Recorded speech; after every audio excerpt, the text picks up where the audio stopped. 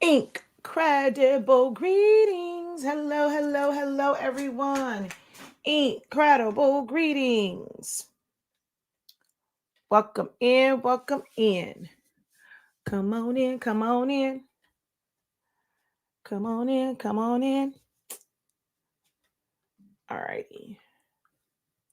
How is everyone doing? Quite a few of you guys were here ahead of time. Hello, LaShonda. She's like, impressive. I got the notification and emails at the same time. Awesome, awesome. Incredible greetings and welcome. City girl from a country world, period.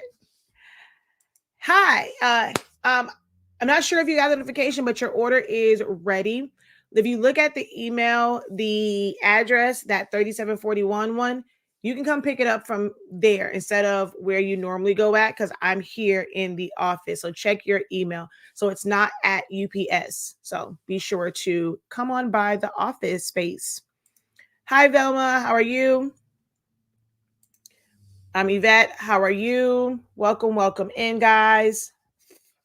So we're going to see how this goes. I'm only broadcasting live right on YouTube, but we sent out the emails and I did like all of the Facebook posting. So we're going to see how this works. All right. Hello, Valerie. I'm just trying to see if it'll make it easier for you guys to find me if I'm not like on all of the different platforms except for TikTok. I'm going to, do a live video over there. But I want to maybe try it out to where I'm only like live on YouTube. And I'll just make the post on Facebook and you guys just have to come over here. I know sometimes it's a little bit easier and the notifications are a little bit easier over on Facebook, but I want to try and keep it contained to one location.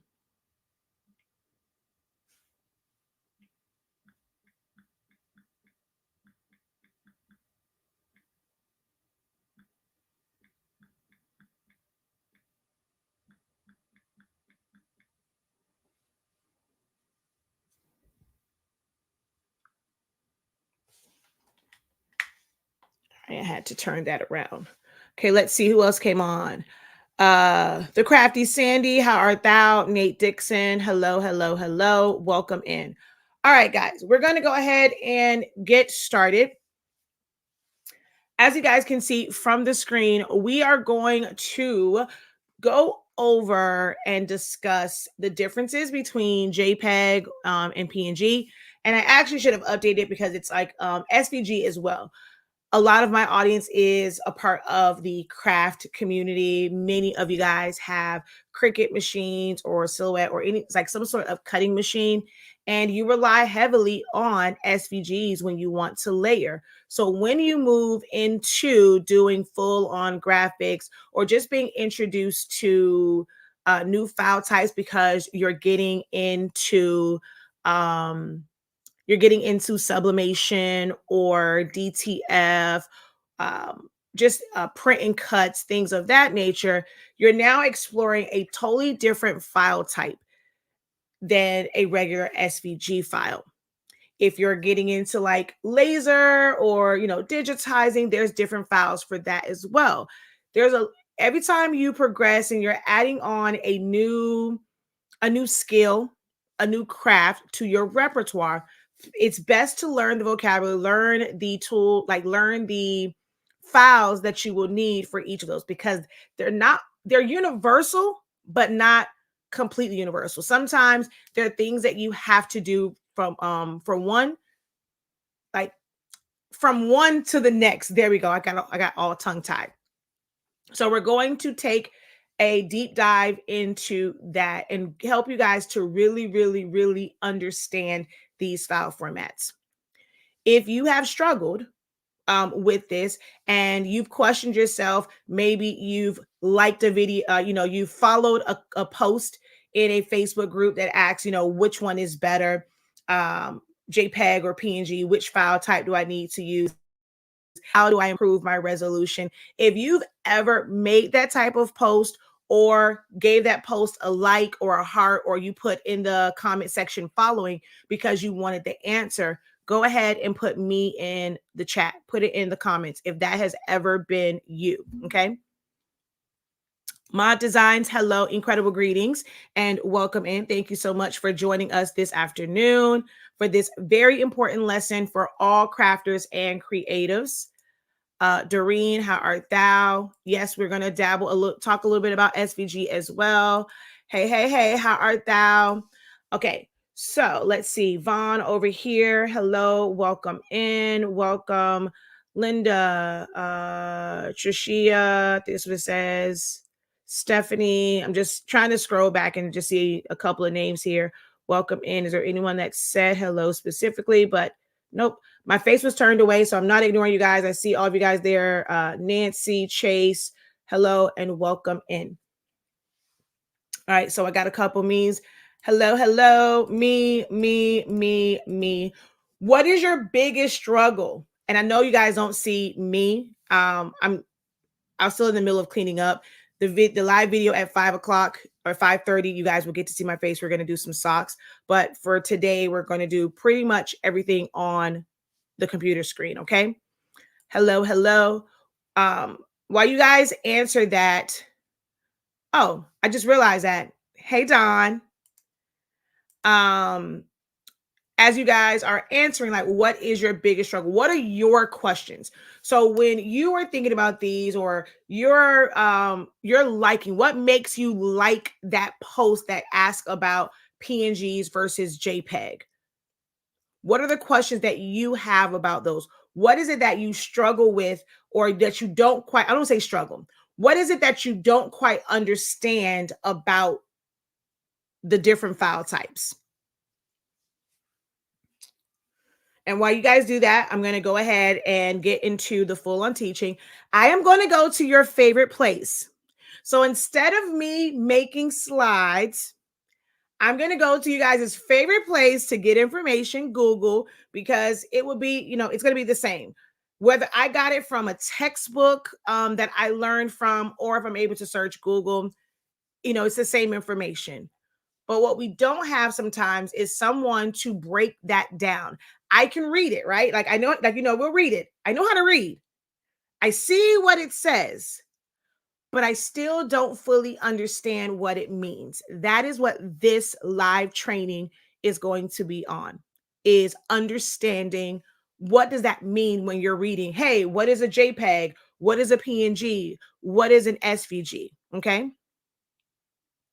All right. So that's where we're going to start at, guys.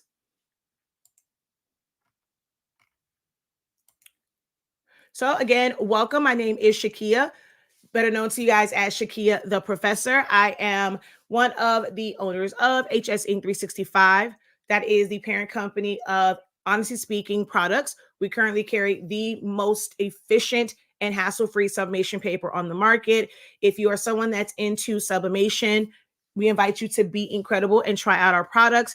With our sublimation paper, you can sublimate as low as 365 degrees, as fast as 30 seconds. No butcher paper required for most applications. It's hassle-free in the fact that you don't have to remember a lot of temps and times. Your pressure is a little bit different, but temps and times, pretty much just about 93.65% of the items that you can sublimate on a flatbed press can be pressed at the same temp and time. 365, 30 seconds, if you, or whatever you have dialed in for a shirt. Once you know that, it'll probably work for, well, I say probably, it will work for just about everything else, okay? Except a few exceptions, which we talk about in other videos. We also have Sublimation ink, as you can see on the screen. Our bottles are twice the size. Comes in your, your traditional, traditionally comes with the Epson printer, or that you will find on different websites, so you get more bang for your buck. All of our bottles are 140 milliliters.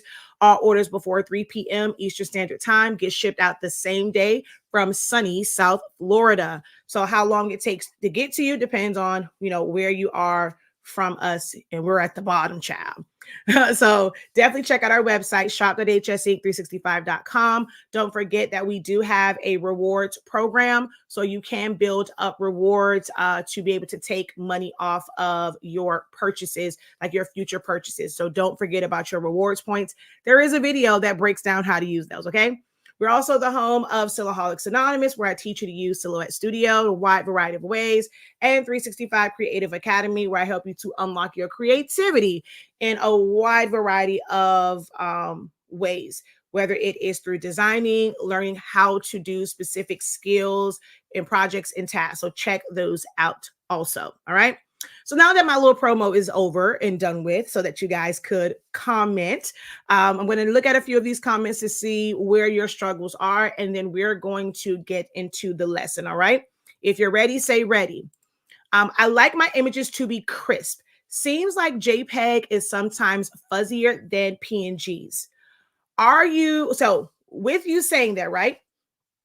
Is it that you are making this determination from two different images? Like you found one that was a JPEG, one that was a PNG. Or is it the exact same image, same resolution? Like if you look at the number, it's the same resolution number, but one is fuzzier than the other. Okay. When is it best to use each file type? Okay, I like that one. I like that question. Which works for ordering transfers for large orders? So I'm guessing you mean like DTF transfers, because transfers comes in a lot of different formats. You have SVG. You have screen print transfers. You have screen print transfers. You have DTF transfers. You have EcoSolvent print transfers, and all of these file types will be different, for those different types of transfers. So it really does depend. I would like the best file for a high HD resolution. Okay. The best paper and ink I got, never look back. Oh, thank you. All right, you're ready. I get confused when a family member sends a picture and asks me to make it, or asks, can I make it? When I see it, sometimes I don't know what to do with the image. Okay.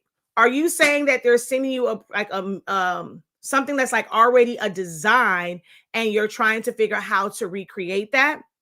Or are you saying like a photograph of themselves and they want you to put it on a shirt? Ready, ready, ready. And this is why I love my Zooms, because see, like I ask the question. Now on here, I have to wait for you guys to type it out, versus if I ask this in my trainings and you post your question, you can, we're having a dialogue back and forth and it's like an immediate response. Now I have to wait until you guys come back and like type out the answer. If you have not attended any of our live trainings, you don't want to miss it. We have one coming up on Friday. If you are enrolled in the 30-day training, even if you signed up way back in 2022, you can attend our live refresher and review sessions that are going on for the first quarter of 2024. Our first one is tomorrow, Friday, at 6. It's on the thing. Wait, hold on. Let me bring this back up. 6:30 p.m.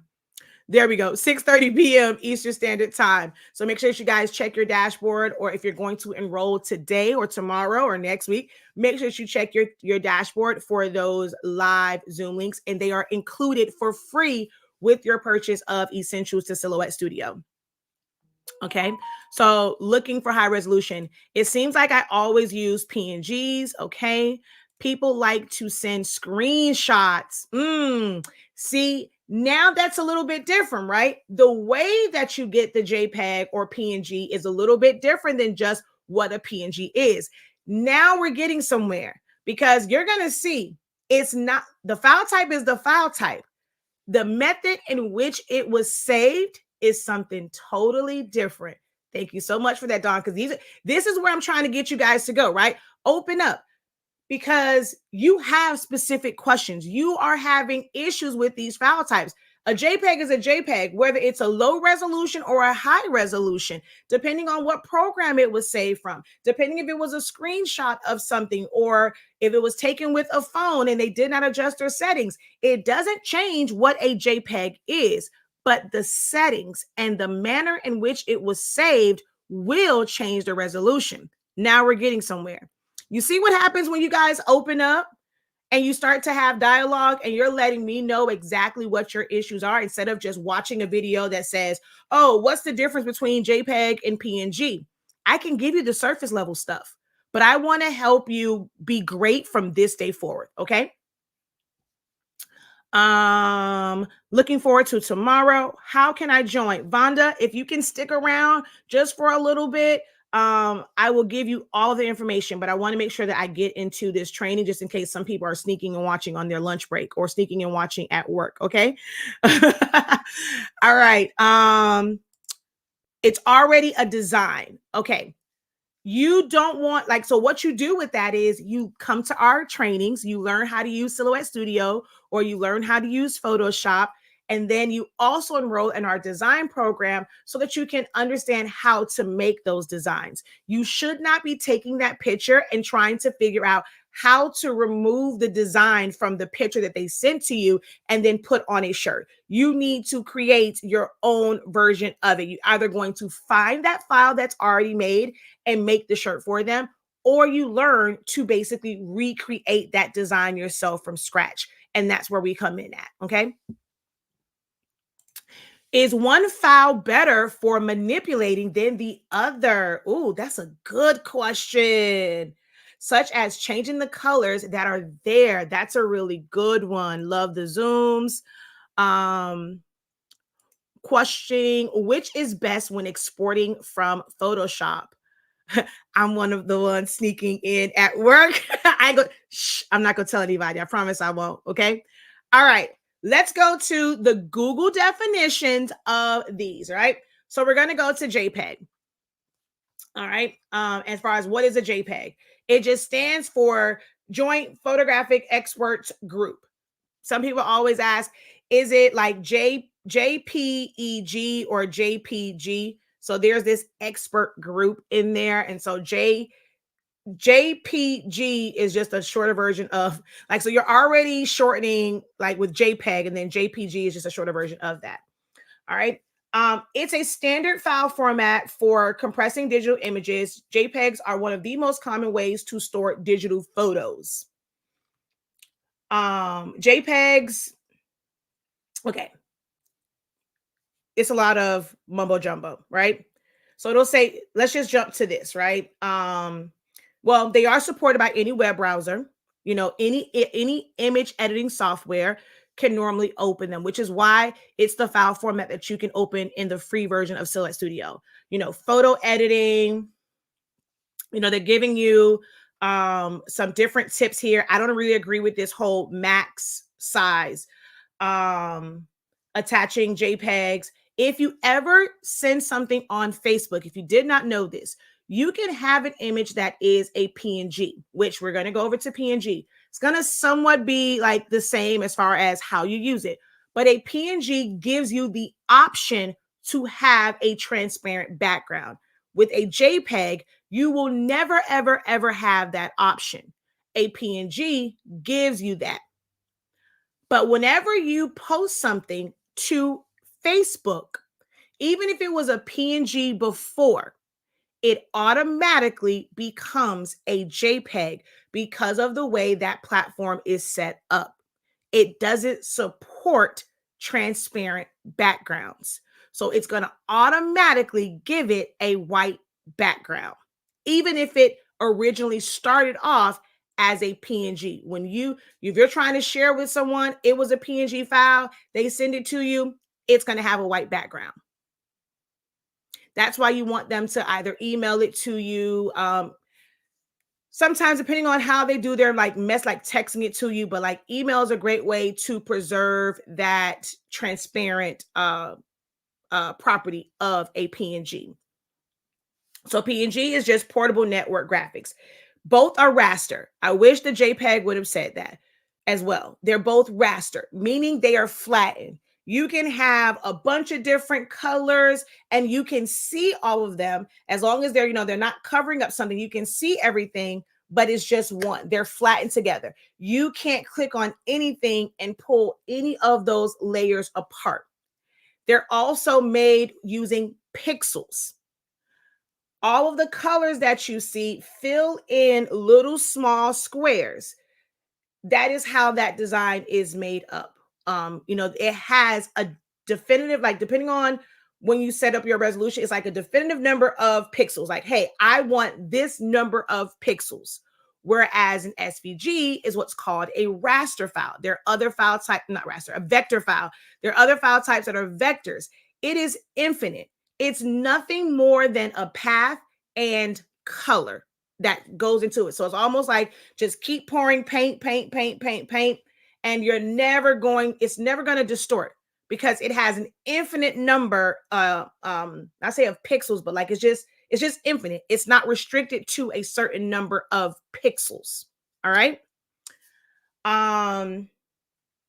So PNG files are lossless, meaning all image information is stored when the file is decompressed during viewing.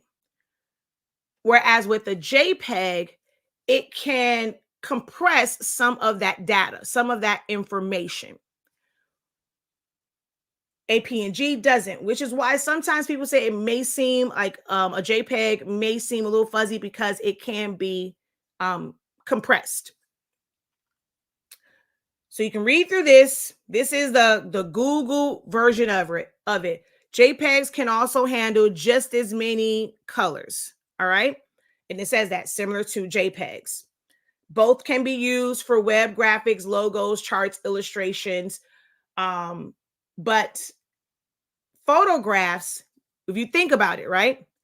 PNGs, the major thing with that is that transparent background. It's not just about the resolution of it. It's when I want it transparent. That way I can layer it on top of something and I can see what's behind it. It's not a white box or a color box. But when you're taking a picture, if you take your phone and you snap it, you take a camera and you snap it, there's trees, backgrounds, walls, all of that. So everything that's in your lens goes to the edge of that frame. There's nothing transparent about that, which is why photographs, when you're taking them, will normally be JPEGs. Like that's the smaller format. Now there are like raw, like when you're a photographer, they'll say take it in raw. That's a bigger file type. JPEG basically is compressed, like a compressed file form of that, but that's getting real technical. But there's nothing transparent. Wherever there is color, you're going to, it's going to be there. If you have something like a digital background, we get glitter backgrounds, we get polka dot backgrounds, ones with stripes. It's all color. There's nothing transparent there. So the best file format for that, or the most common for that, is going to be a JPEG because every pixel has color. I'm going to go over to Photoshop and show you basically a representation of that.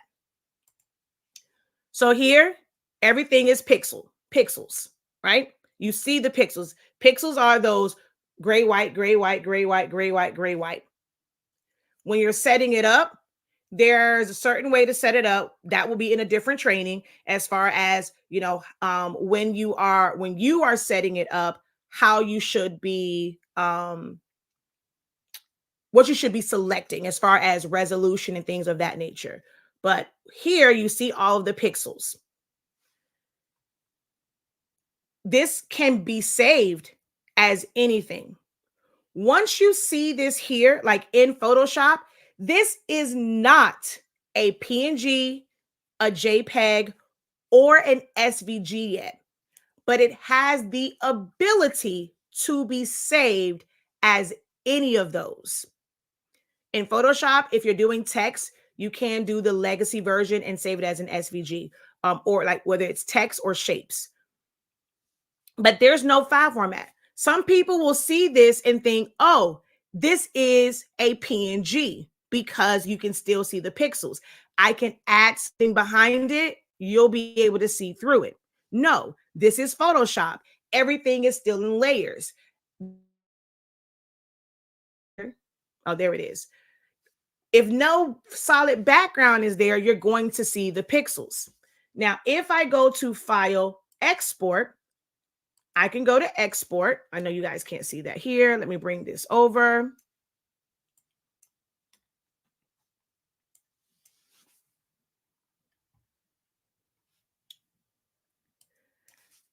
If you see file settings, I have the ability to select that and do a JPEG. On the screen, even right behind it, you see that there are pixels there. You can still see all of those pixels.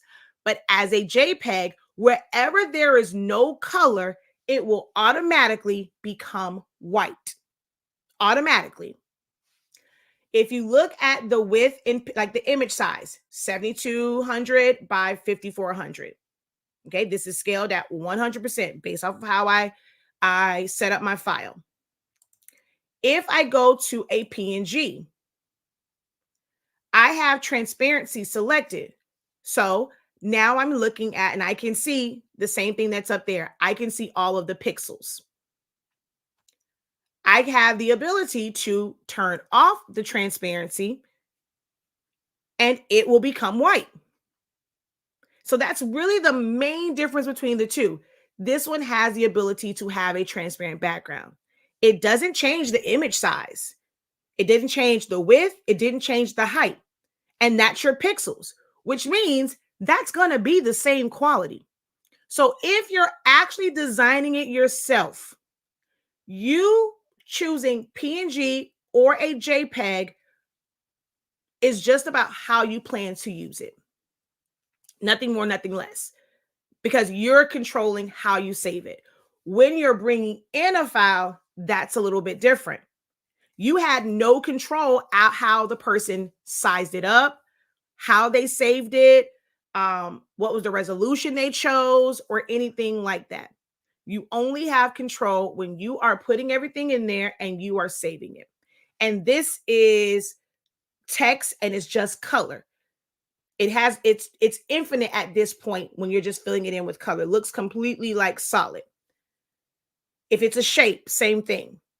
Now, if you're building a design, like you want to make it for a summation shirt, you're bringing in images of a person, a character, or whatever. Remember what I said? You had no control of that. You did not save it yourself. You didn't take the picture. You didn't change out your lens. You didn't change the resolution from standard to high definition to make sure that it was as clear as possible.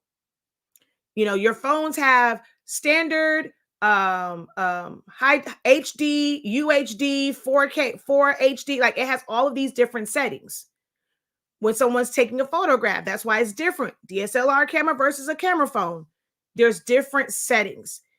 Phones and cameras have the same thing like when you're setting up in Photoshop. You can tell it how many pixels you want that picture to be in, and that will determine how sharp or blurry that image is. But nothing here changes. So I'm going to cancel this because I've already saved these.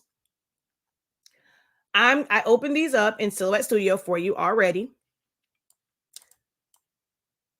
This is the PNG. This is the JPEG. You can clearly see that. With the PNG, I'm going to bring this to the front. And I forgot to change the color. So let's just do this real quick. Wait, no, cancel.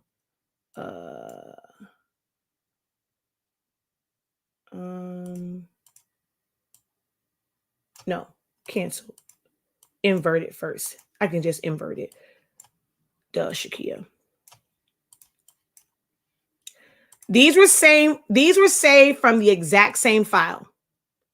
I did not change anything.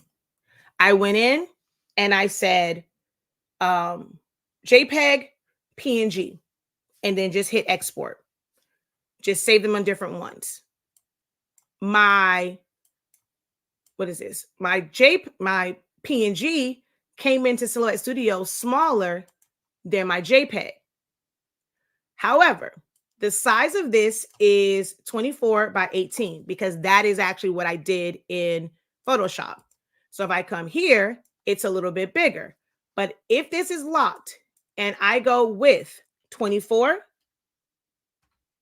oops, why it's locked? Why are you not? with 24.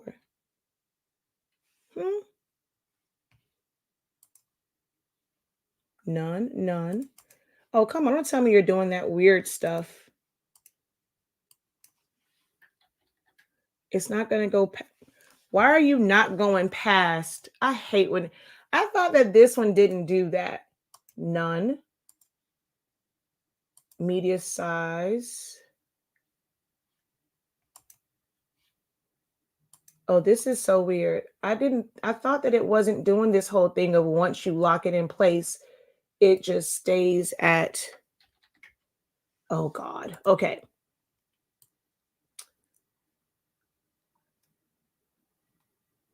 That's a glitch in Select Studio, which drives me nuts. Okay, I'm gonna get it as close as possible. 24:18. Normally, when it's proportion and you resize it, it's going to be exactly the same. So it's in the same proportion. The JPEG just opened up bigger. Why? Let's take a look at the actual file. So this is the JPEG one. If I look at that, it says JPEG. The size of this is 1.01 megabytes, MB. If I come to the PNG version of this, it's 525 kilobytes. Do you guys know which one is bigger? Is kilobytes or megabytes bigger or smaller? Which one is the bigger file type? Which one is the smaller? Do you know?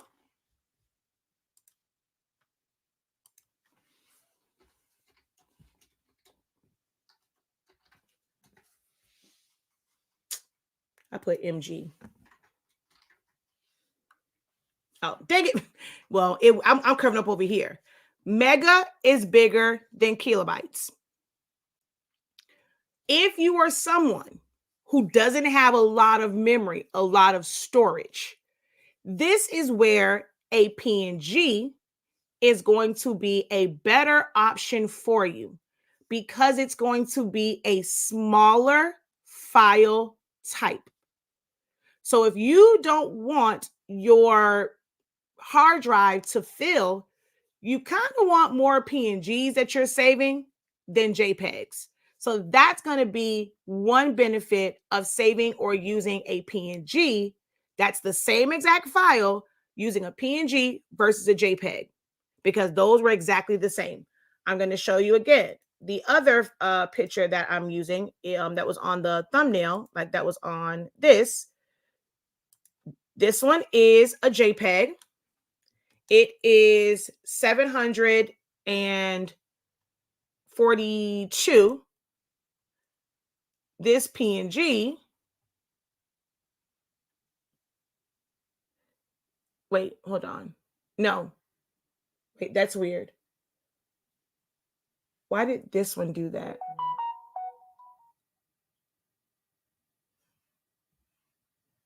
Pause.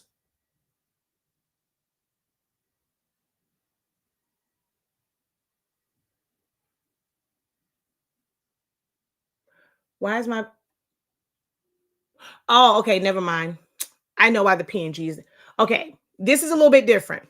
My PNG is showing bigger. It's actually showing 4.04 megabytes than my JPEG. Because do I have this open still? Let's see. Do I have it open? Remember, the PNG saves all of the information.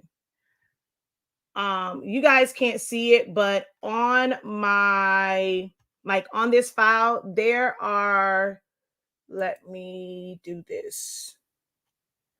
Let me go solid color.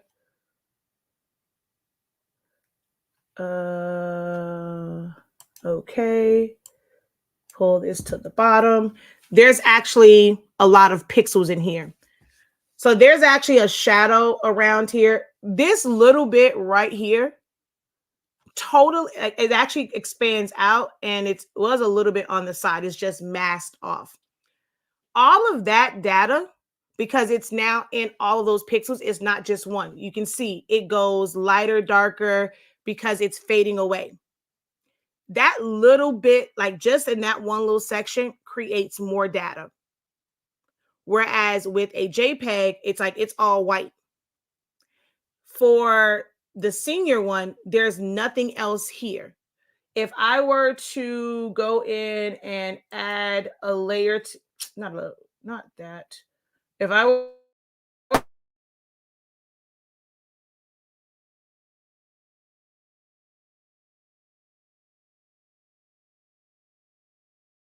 in,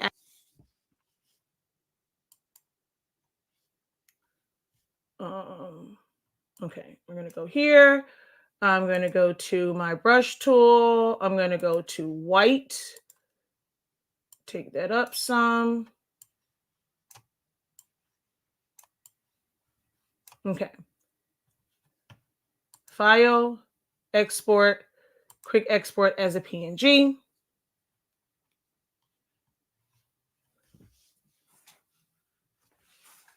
PNG white fade.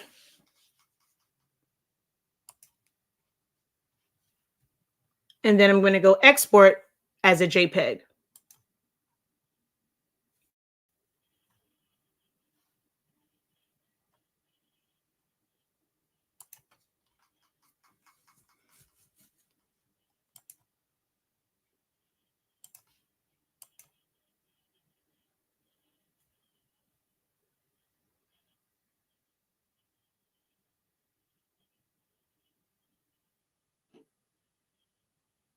But if you're designing and you don't have, like, if everything is confined in the same space, if you don't have things that are to the outside that are white, that would end up becoming all white with the JPEG, the PNG will technically give you a smaller file format, of a smaller file size. All right, why are you taking so long to save, people? Come on now. You don't have all day. I want to get this done. I got a video at 5 o'clock. Got to prep for it. I'm in the legacy version because I wanted to be able to show, or I needed to save something as an SVG. So it's taking a lot longer because I'm actually using the legacy version as far as saving. And this is taking forever in the day to make it come up. All right. While that's doing its thing, I'm going to open up, well, just show you guys. Okay, never mind. There it is. I was going to show you these two files so that you can see them side by side.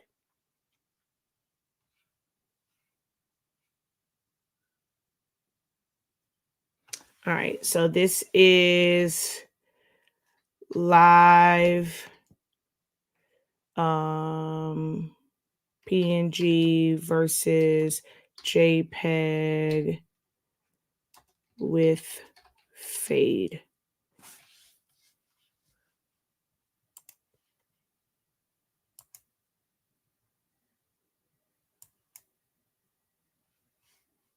All right, while that's doing, while it's saving, I'm going to come here and I'm going to come here.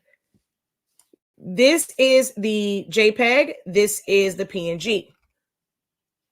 They look the same. I'm going to zoom in on them.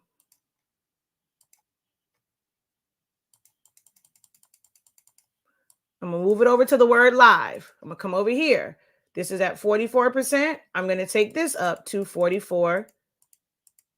Well, it's at 45%. If you look at live on the JPEG, you look at live on the PNG, there's no difference.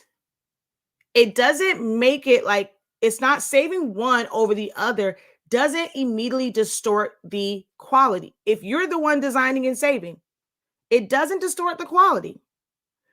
But you guys are associating that with files that you're getting from someone else. They may not have known how to properly save it, how to properly size the document size or the design page size or the canvas. And they may not have known how to save it, because if you're not at 100%, if you put it at like 50%, 75%, that changes the resolution. But if it's the same file and it's saved on each one of those, the quality does not change. When you're searching on the internet, the reason why you're seeing so many different qualities, some are great, some are not. It depends on that person that saved it. It's not the file that is making it blurry or not blurry. It's how the person saved it. I saved this from the same exact file. Export PNG, export JPEG. That was it. That's it. And they are the same. Okay. Now, let's go back over to here because our new files should be saved. Refresh.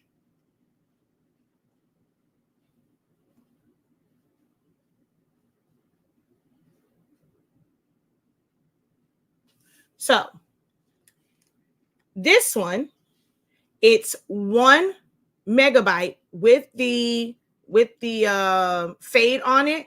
It came out to 1 megabyte. 1 megabyte. Nothing changed. I added that fade to it, right? I added the fade. This became 1 megabyte. This is still 1 megabyte because it made it where it's all solid. Nothing changed.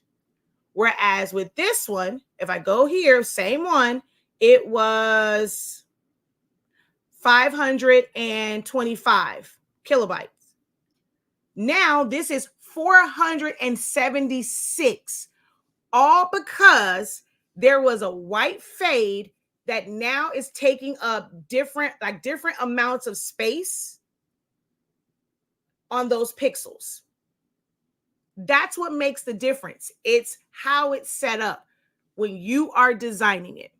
Same exact file, but one little thing for the PNG, change this from 525 kilobytes to now it's a bigger file, 476. If everything is solid and there are no fades, no glows, when you have glows and things like that, and you're saving it as a, of course you want to save that as a PNG. That way, if you put it on top of something else, you don't have a white background. That's going to be a larger file.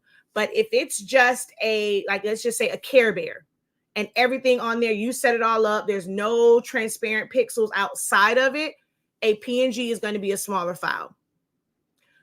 But if it has all these things, a JPEG is going to be a smaller file. It's not so black and white. You really have to get into understanding design for all of this to truly make sense for you. But hopefully this was a good representation of how one little thing can change a file type or can change a file size. It doesn't change the resolution. It's just that now if I open up the JPEG, it's all white. If I open up the one with the fade, you're going to see the little piece in the middle. That's it. Everything else is transparent. On here, because of how it opens up, it looks to be dark because mine is set up with a gray background. If I open this back up in Photoshop, if I open this up in Silhouette Studio, you'll just see whatever is behind it.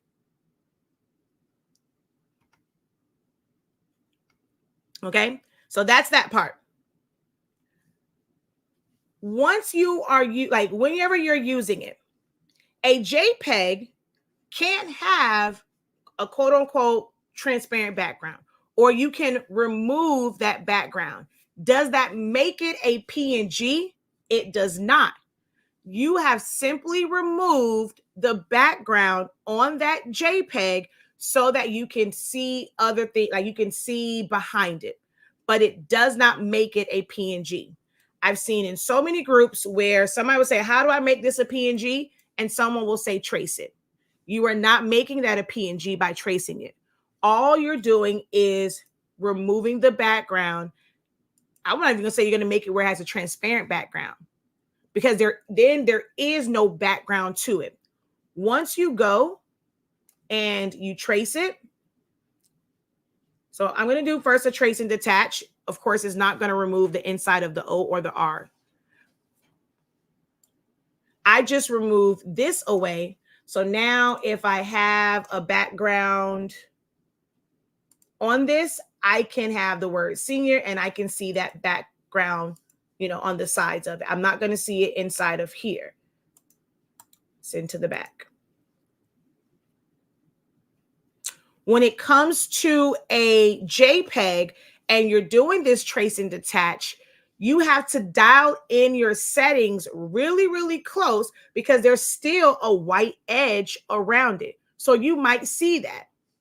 Whereas a PNG, because it is transparent, even if it's not the perfect trace, if you're not cutting it and it's just going in a design, you're never going to see anything.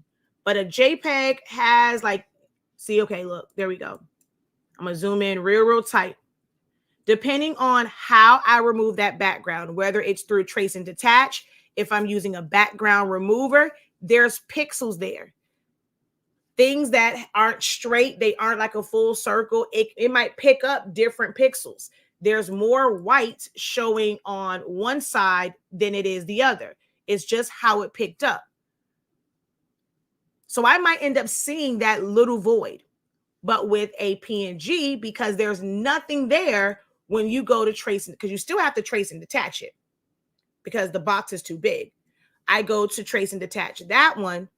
I'm not going to see any white lines, but the quality of the image is the same.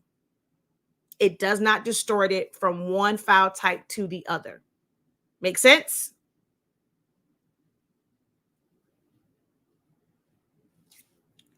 I know that's a lot of information.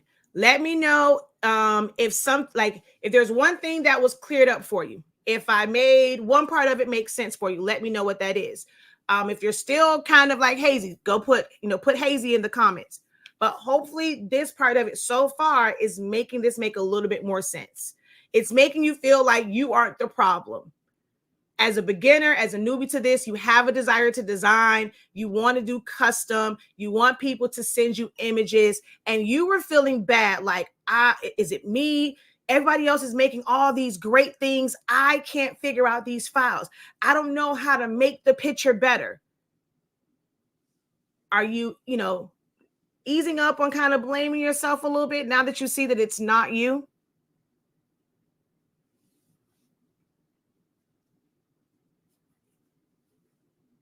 Thank you for the follow, Kitty Bug.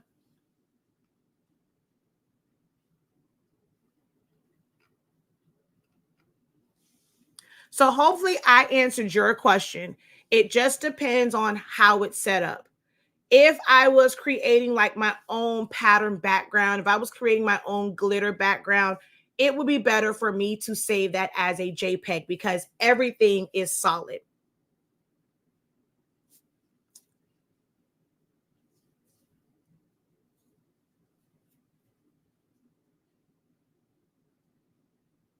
Yes, I am streaming to Honestly Speaking's YouTube channel right now. People doing the printing want 300 DPI. In my video about DTF, I kind of broke that down. Half of them don't know what they're asking for. If it's saved in the, like, if you design it and you're doing all this stuff and you save that, and you, let's say you design it at 100 DPI, but it's scaled to size, it's still going to be a great resolution. They do that, they say that because if you at least do 300, even if you kind of don't know like what you're doing, it will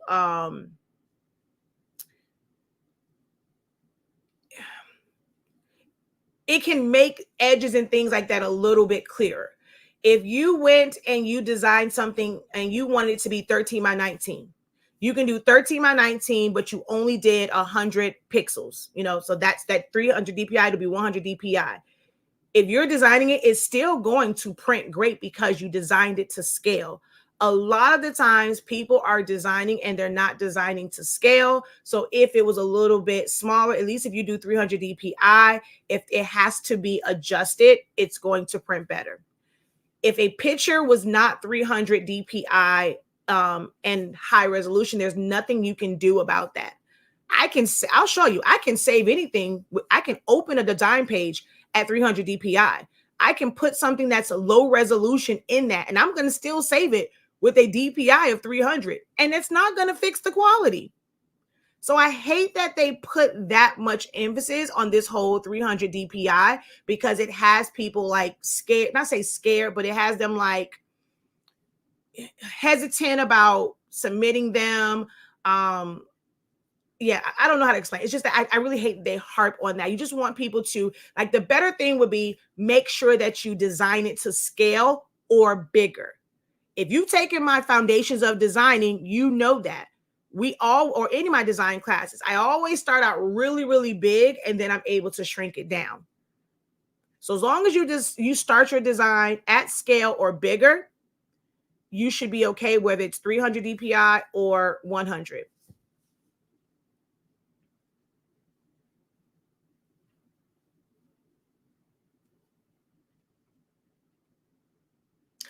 I'm in design space. Do I need photos? Do I need Photoshop to convert properly? Convert properly for what? I'm not sure exactly what the rest of the question is. In the older version, yes, but the newer version was supposed to fix that, but it seems like it's still stuck at 19.6, whatever.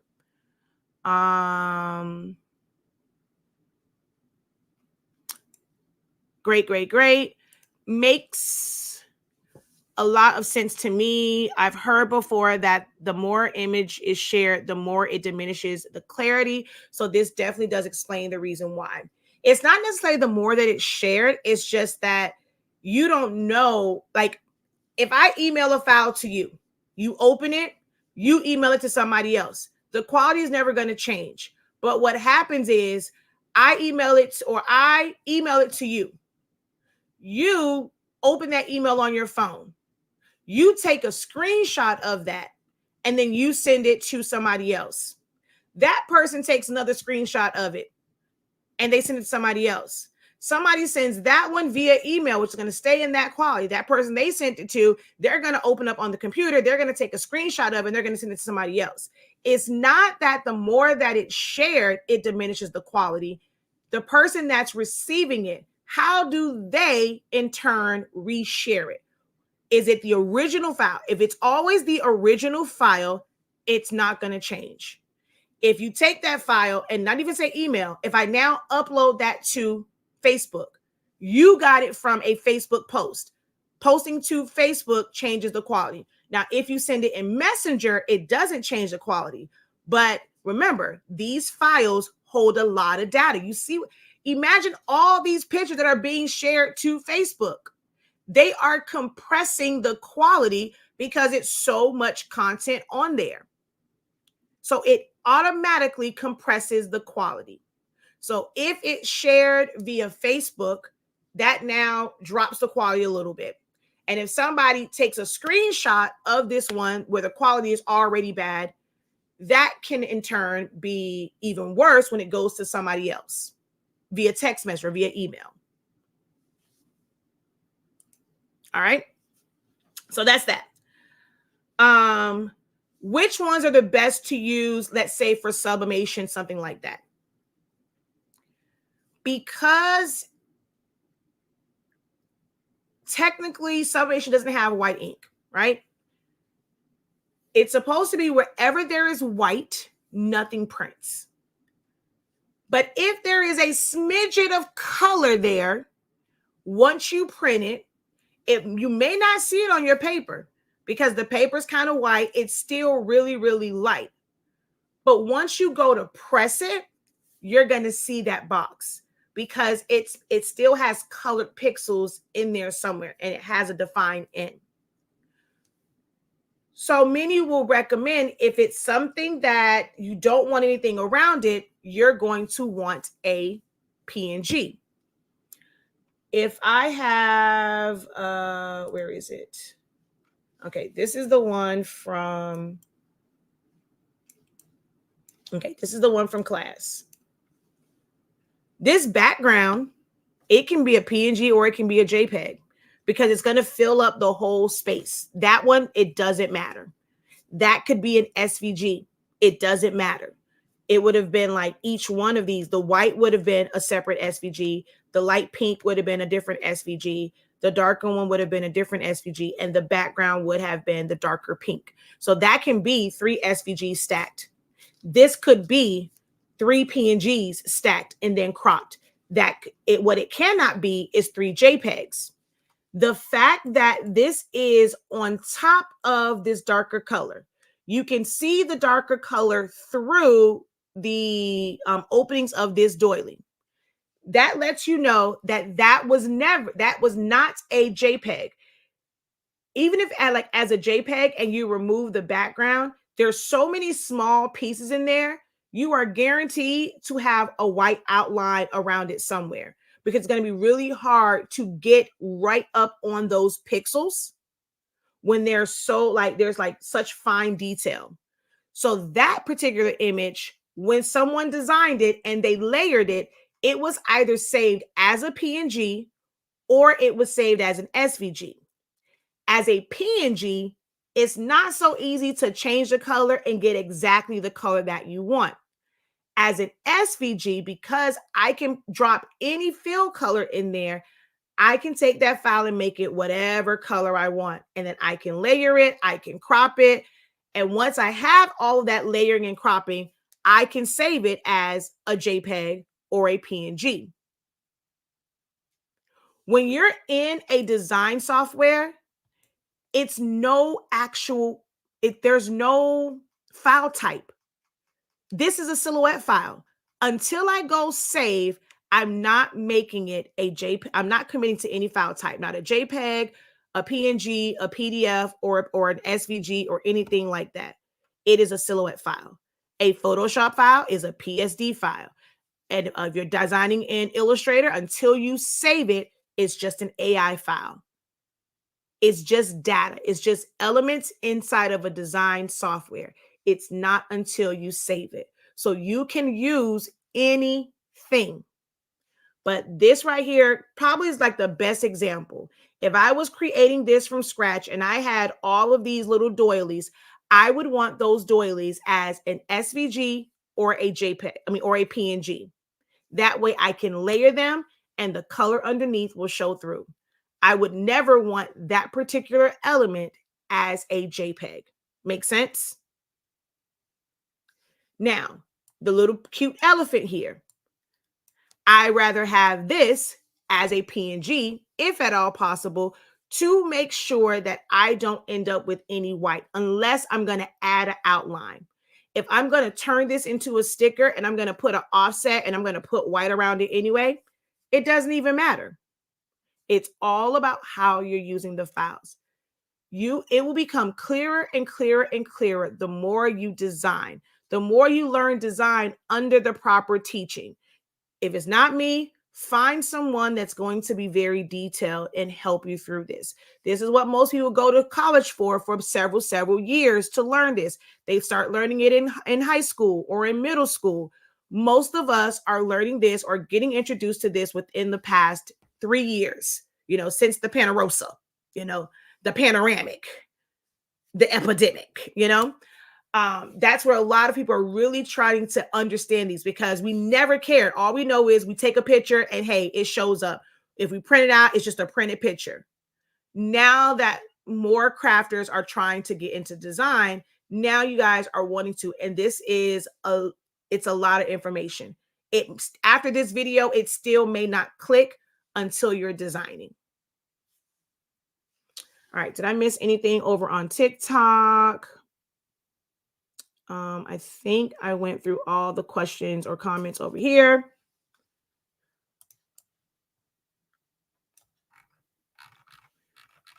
Any questions?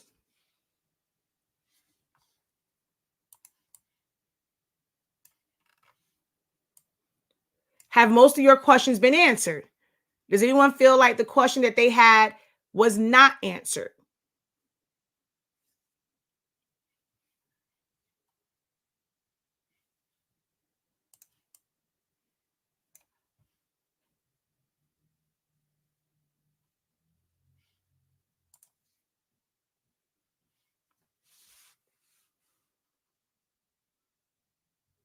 Do I have videos? Yes, I do. I have I'm entering my 10th year of creating video content on my YouTube channels. I have two, honestly speaking. Um, Speaking is spelled SPINKING. And then you have Silaholics Anonymous, which is where I teach using Silhouette Studio as your design software. You do not have to have a Silhouette machine in order to use Silhouette Studio. Anybody can use it if you want to create graphics or designs for anything. I use it to create my son's school projects. I've used it to create labels and tags for my business. I've used it to create full-on designs for yard signs, graduation stoles, cap toppers, shirts, mugs, tumblers, you name it. And when I'm designing those things and printing them out, I'm never using the Silhouette machine. I have 6 of them. There are times when I need to use a Silhouette machine, but you can use it as a design software. Even if you are a Cricut user, if you are a Caesar Romeo or Juliet user, if you are a StarCraft user, if you are a GravTech user, if you are a Vivora user, if you are a US Cutter user, if you are a Suma, if you are a Roland, if you are an Epson printer, large format print, it doesn't matter. You can design in Silhouette Studio, treat it just like it's Photoshop or Illustrator. And then depending on how you save it will determine like what's the next program you put it in, whether it's a RIP software or whatever. I will say this though, if you are somebody that's using Silhouette Studio, I've done a full video on it. It is on our channel. Search Silaholics Anonymous DTF and it'll come up. If you are using Silhouette Studio and you're like, oh, I got the business edition so I can save as a PNG because you want to submit orders for DTF prints. Silhouette Studio is not a Photoshop. You're not going to get a high quality resolution like the edges when you save from Silhouette Studio. It's not really, even though they have that option, it doesn't give you the best quality. Do not save your files for gang sheets or for DTF sheets, DTF prints. Do not save it as a PNG from Silhouette Studio. Save it as a PDF. You can then take that PDF, open it in Photoshop, Illustrator, Corel Draw, Affinity Designer, Affinity Photo, Photopea. Open up that PNG from those full commercial design softwares and save it as a PNG and then send that PNG to your printer.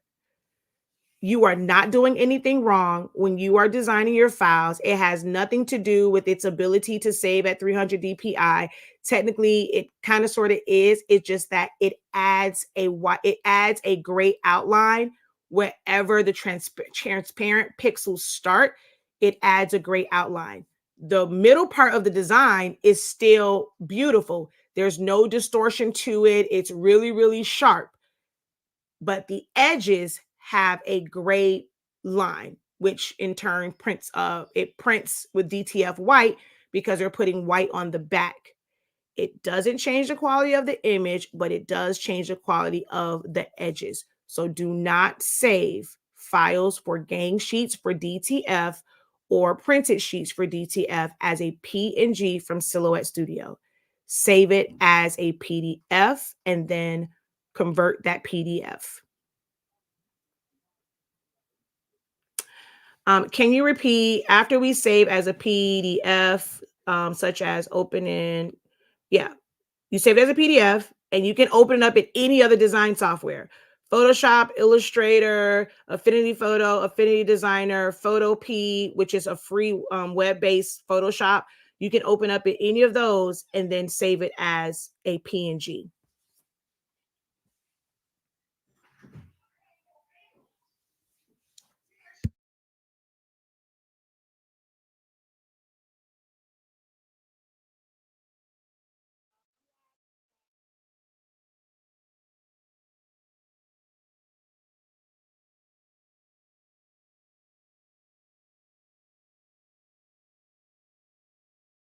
Okay, sorry, I had to tell somebody I was live. When doing a design, example, a shirt with a picture of a person and adding party elements or cartoon-like characters, how do you know which file will be better with the design to make it cohesive? So what's going to make it cohesive is what type of elements you choose, not the file type. You can add, let me see, I'm trying to think. Do I have anything that might have different files to it? That's a great question. Let's see. Let me change this to group by type. I'm trying to see if I have something that's like mixed with a bunch of different things.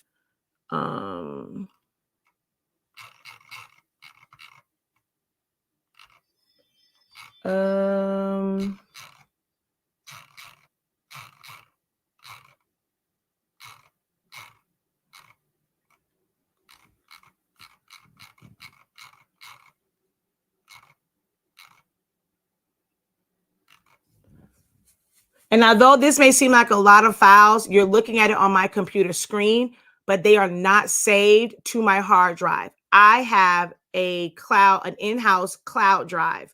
So although you see a lot of stuff here and you're probably like, oh man, like I could never store all of that stuff. My computer would crash. These are not saved to my computer. This is not saved to my hard drive. This is in a cloud storage. I'm actually just accessing it remotely. I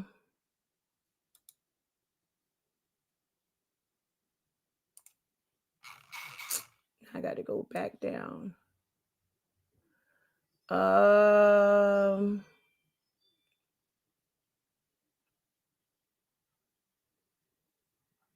Ooh, okay, I know a good one. Okay, wait. Blanket. It's not a shirt design, but it'll make sense. Okay, hold on.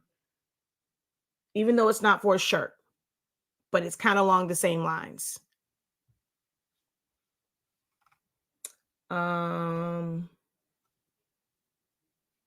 Okay. I'm going to open up this one and this one.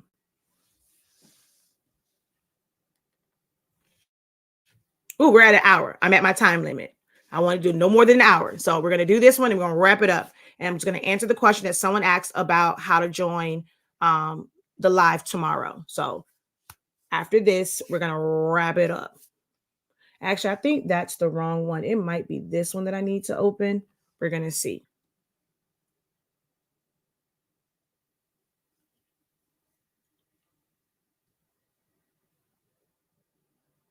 Okay, and this one still works too.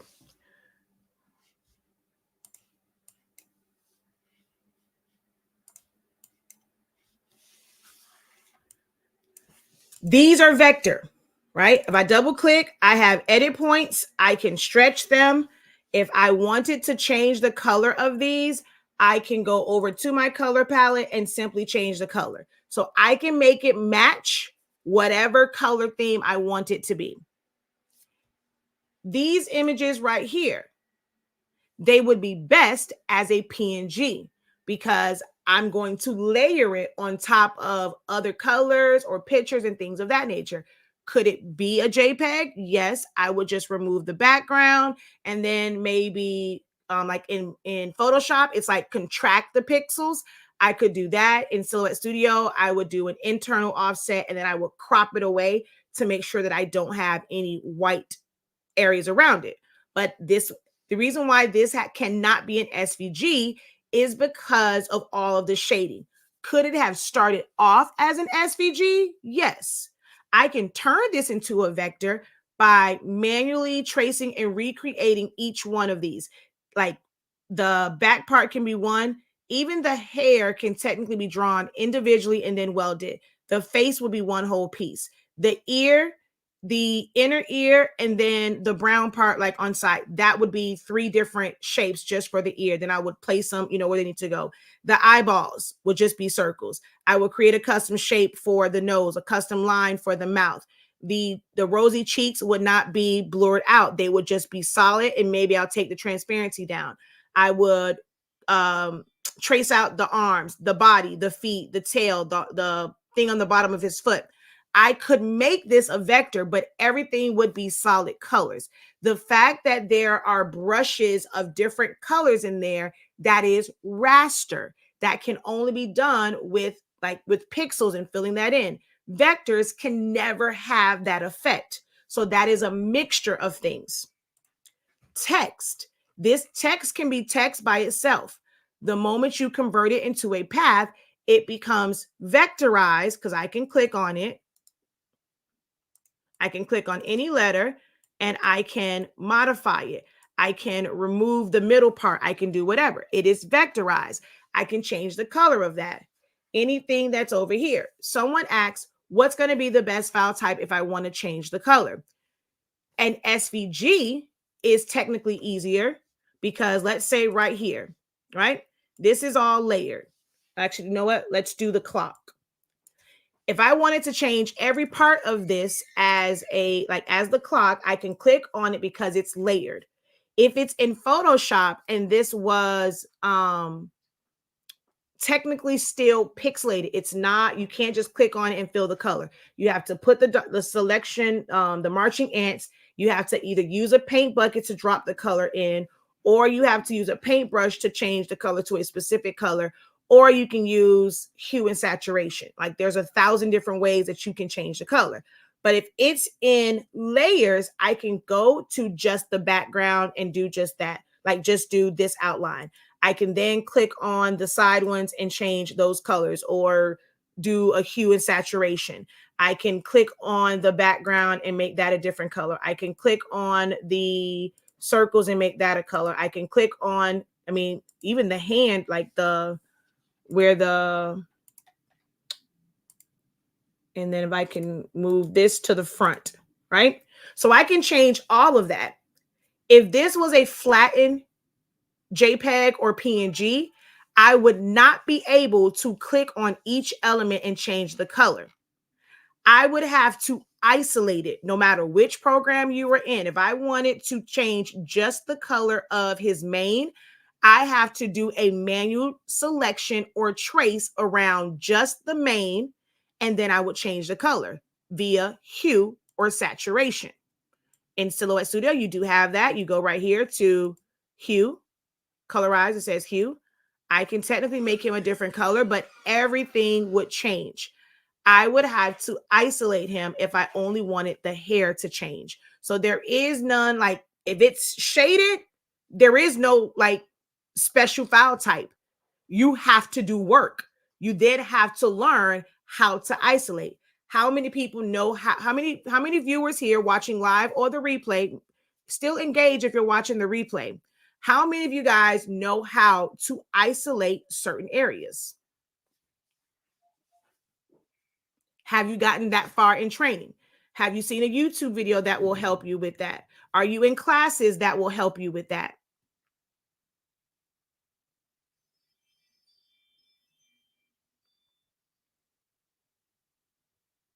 We see all these great things in groups, or we see the files that people are selling and stuff like that.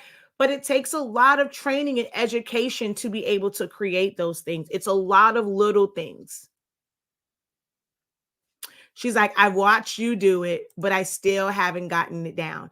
That lets me know in masters, maybe somewhat do it in I don't know if that's going to be a bachelor's thing, but in masters, I definitely need to add that to the lineup for masters on how to perfect that skill.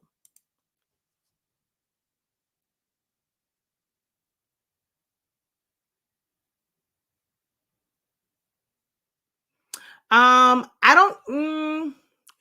guess in edit points, you can learn that because it requires edit points in the Photoshop class because I show how to select it in Photoshop.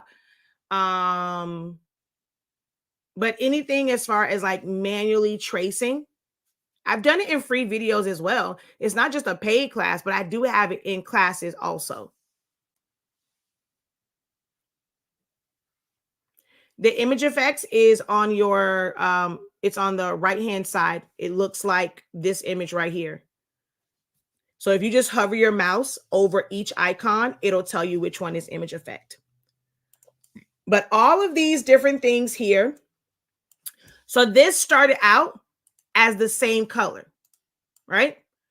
I didn't have all of these colors of this. I can make it whatever shade I want. I can make it lighter or I can make it a darker tone. That's about editing it. My photo grid right here is an SVG. These are just filled with color just so that you can select the section that you want to fill things in, and you would be able, so that same grid made this. I have photographs, I have PNGs, I have SVGs, PNGs. It's all about how you layer it together. I can take a PNG and I can layer it on top of a regular picture. There's no limit to that. But the template was an SVG because I was able to just crop my background to it or crop like all the little pieces. This right here is not, this was not pre-made this way. I individually placed every last one of these. I can ungroup it. Every last one of these was individually rotated and placed. So this is something that takes time. Even if you are the most skilled designer, doing something like this and figuring out exactly where to put it, placing them, cropping them, can still take you hours, which is why you need to know how, like when it comes to designing, how long it takes that you can charge the right design fee. So I can be a person where I'm going to create this. Somebody's like, look, I don't have time to do that. I create that element. I now go and sell that element. All you have to do is crop it into that space or resize it for that space and then add other items to it. So that's the difference between like beginner stuff and then masters. Masters, you're going to want to learn, okay, I want to know all of that. How do I go? How do I determine where to put it? How to crop it down. I want to set this up myself. Maybe you wanted it to be a different leaves, a different order. How do you do that? As a beginner, you're just going to be stuck with whatever somebody else did, and then they saved it as a JPEG for you, and then you take that JPEG and put it in the file. Oh, that takes us to something else, right? I can set this up where all of the leaves are. I can take all those leaves, right? And I can save just the leaves as a PNG. That way, the background can now be any color. If I went and put the leaves, and I say that as a JPEG, you cannot isolate it. You cannot change the background of that and leave the leaves green and just change the background to yellow, purple. You're going to change the leaves as well. So it would be better to have a PNG of just the leaves.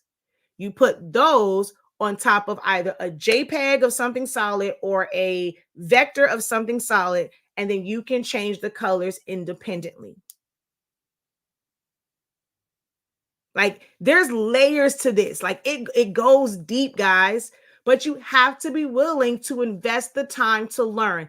It's going to seem overwhelming. You're not going to get it all in 6 months. You're not going to comprehend all of it in 3 months, 6 months, 9 months.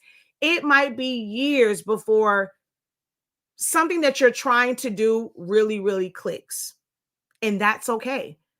I teach from well over 2 decades of information and knowledge.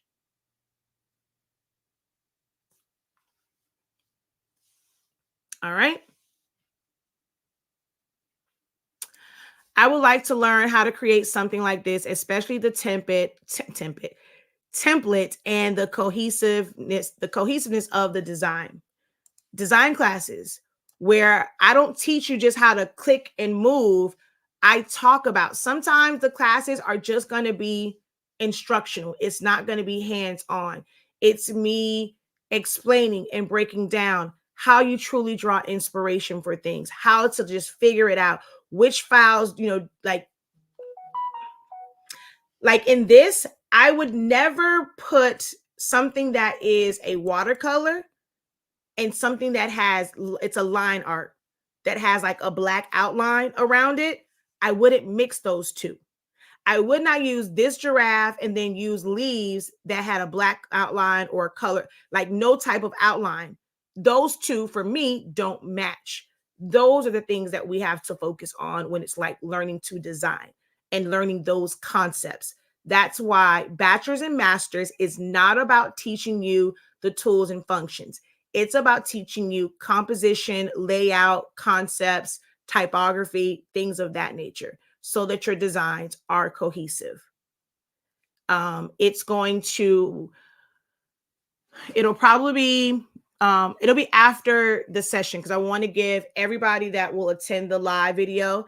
If you're in the live Zoom, you will get a special discount. So make sure that you guys join the Zoom on Friday, whether you are watching the playback or you can technically join live via, well, actually, no, those, if you're in the overflow, you technically won't hear it, but I will put the code in the dashboard for 24 hours. But I will announce I will announce it to the public after Friday's session. So that's the only reason why I haven't mentioned bachelor's and master's, is because I'm waiting for Friday and there's going to be a special discount for those who attend the Zoom session tomorrow. All right. So just to let you guys know, we've been on almost an hour and a half now. Didn't plan to be that long, but hopefully it was well worth it for you guys. Like I said, if there's anything that I did not answer for you, leave it in the comments. You can put in the live chat. If you're watching the playback of this, put it in the comments. I tried to come back and answer as many as I possibly can. But I'm normally getting dings on a bunch of different videos. So I do try and come back as much as possible, or, join one of our classes, get access to the student union, and you can post your question there. But tomorrow we have, hold on. I'm going to bring this up.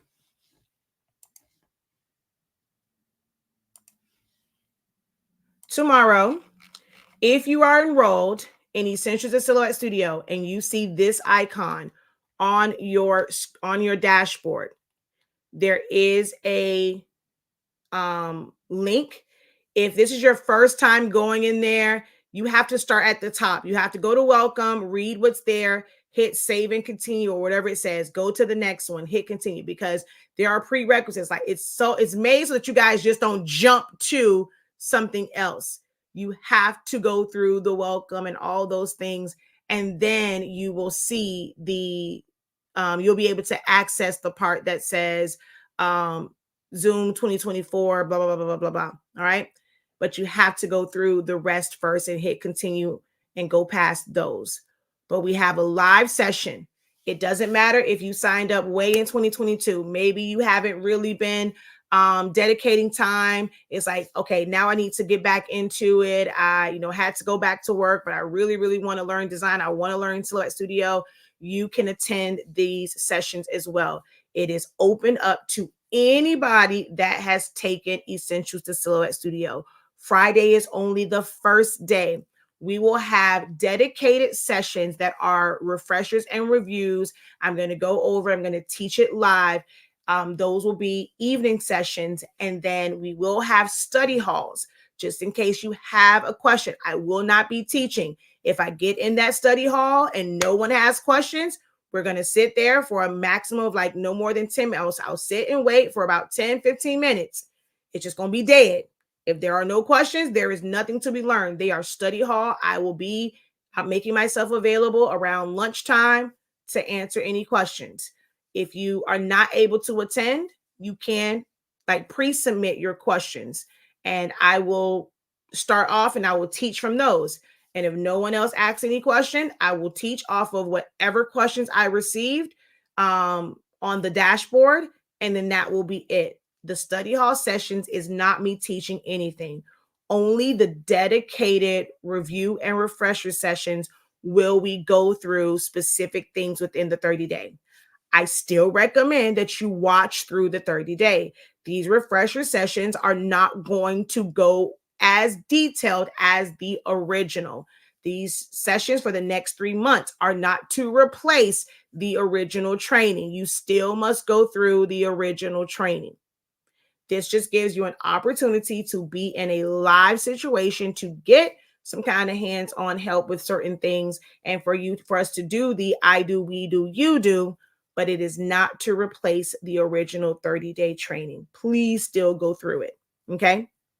But it's available right now. We do have the option, and we do have Sezzle. We have Shop Pay if you want to pay in installments through Shop Pay.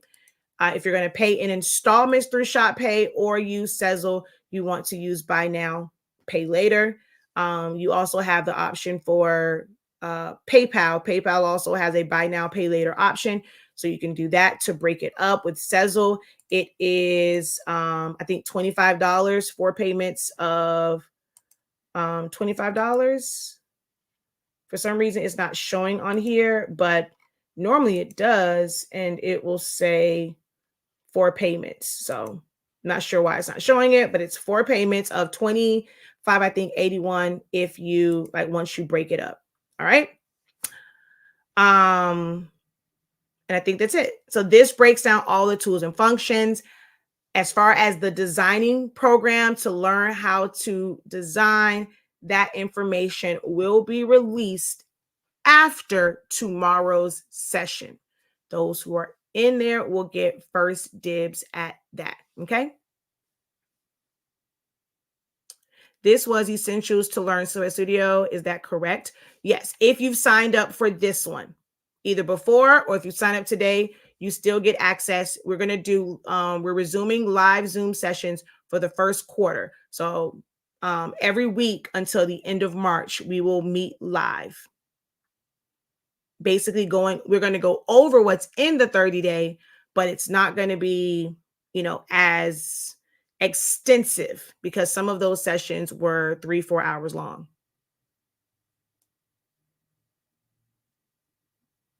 You need to learn how to isolate. Which program do you use?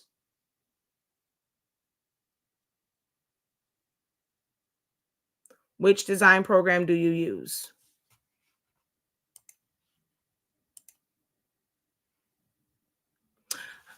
Oh yeah, I got to hurry up and get off of here. I got to prep for the SOC class, and I still have posters to design and print.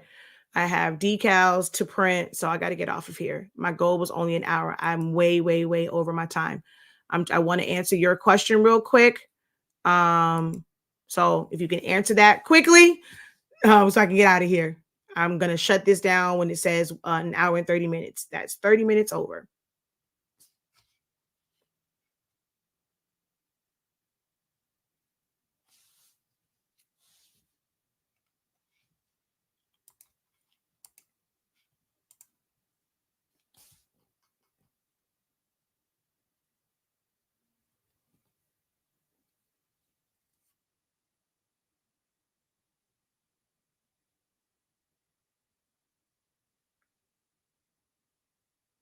All right. Not responding. Not sure if you're still watching.